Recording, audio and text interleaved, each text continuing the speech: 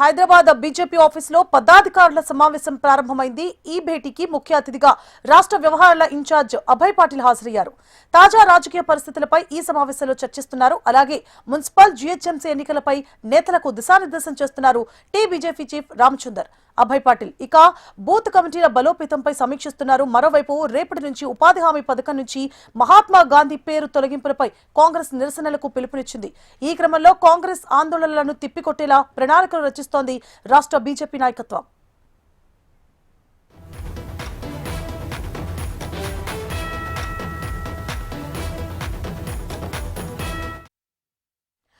Hyderabad BJP ఆఫీసులో పదాధికారుల సమావేశం ప్రారంభమైంది. ఈ భేటీకి ముఖ్య అతిథిగా రాష్ట్ర వ్యవహారాల ఇన్ఛార్జ్ అభయ్ పాటిల్ హాజరయ్యారు.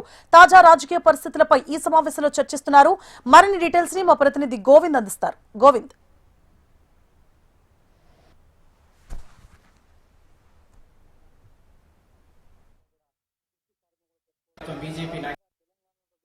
కూడా చెప్పుకోవచ్చు. ముఖ్యంగా తెలంగాణలో ఉన్నటువంటి తాజా రాజకీయ పరిస్థితుల నేపథ్యంలో ఈ యొక్క పదాధికారుల సమావేశం భేటీకి ప్రాధాన్యత సంతరించుకొని చెప్పుకోవచ్చు.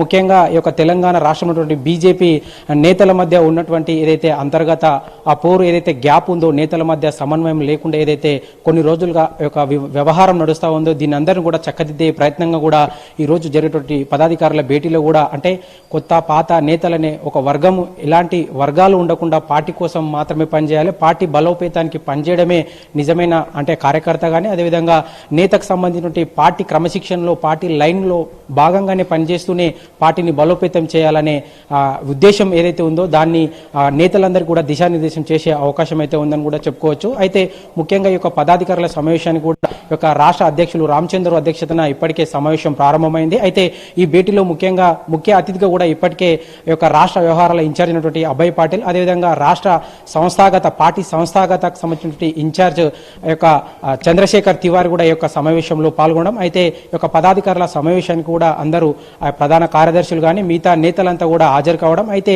ముఖ్యంగా ఈ యొక్క పదాధికారుల సమావేశంలో కూడా రామచంద్రరావు మాట్లాడుతూ నేతలను ఉద్దేశించి కేవలం ఏదైతే కాంగ్రెస్ పార్టీ కేంద్ర ప్రభుత్వం తీసుకొచ్చినటువంటి రామ్జీ ఏదైతే ఉపాధి పథకాన్ని పేరు మార్చిందో దీనిలో కొన్ని సవరణలు చేస్తూ ఇప్పటికే చట్టంగా తీసుకొచ్చిన దాన్ని వ్యతిరేకిస్తూ నిన్నటి అసెంబ్లీలో కూడా తీర్మానం చేయడం, దీన్ని తీవ్రంగా భారతీయ జనతా పార్టీ వ్యతిరేకిస్తుందని చెప్తూనే అదేవిధంగా రేపటి నుంచి కూడా రాష్ట్ర వ్యాప్తంగా అదేవిధంగా దేశవ్యాప్తంగా కాంగ్రెస్ పార్టీ యొక్క రామ్జీ పేరు మార్చారు. దీనికి సంబంధించి వ్యతిరేకంగా నిరసనలకు కాంగ్రెస్ పార్టీ పిలిపించిన నేపథ్యంలో కూడా ఈ యొక్క రాష్ట్ర బీజేపీ నేతలంతా కూడా ఆ యొక్క కాంగ్రెస్ పార్టీ నిరసనలను తిప్పికొట్టే విధంగా అంటే రాజకీయంగా వారిని తిప్పికొట్టే విధంగా కూడా మనమంతా కూడా కార్యాచరణతో ముందుకెళ్లాలి. ఖచ్చితంగా బీజేపీ నేతలంతా కూడా కేంద్ర ప్రభుత్వం తీసుకున్నటువంటి ప్రతి పథకాన్ని ఏదైతే సంక్షేమ పథకం ఉందో దీని అంతా కూడా ప్రజల వద్దకు చేరే విధంగా కూడా నేతలంతా కలిసిమెలిసి ముందుకెళ్తూ పార్టీ బలోపేతానికి పనిచేయాల్సిన అవసరం ఉందంటూ కూడా రామచంద్రరావు హితోపదేశం చేసినట్టు పరిస్థితి మనకు కనబడతా ఉంది. అయితే ముఖ్యంగా ఈ యొక్క వ్యవహారాల ఇన్ఛార్జ్ అభయ్ పాటిల్ ముఖ్య ఉద్దేశం అంటే ఈ కార్యక్రమానికి రావడానికి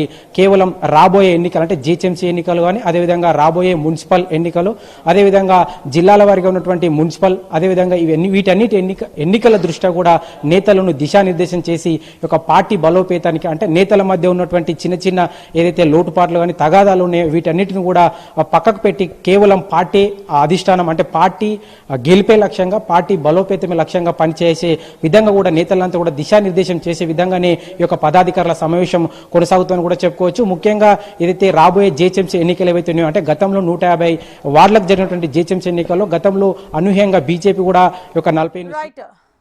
thank you for the updates Govind.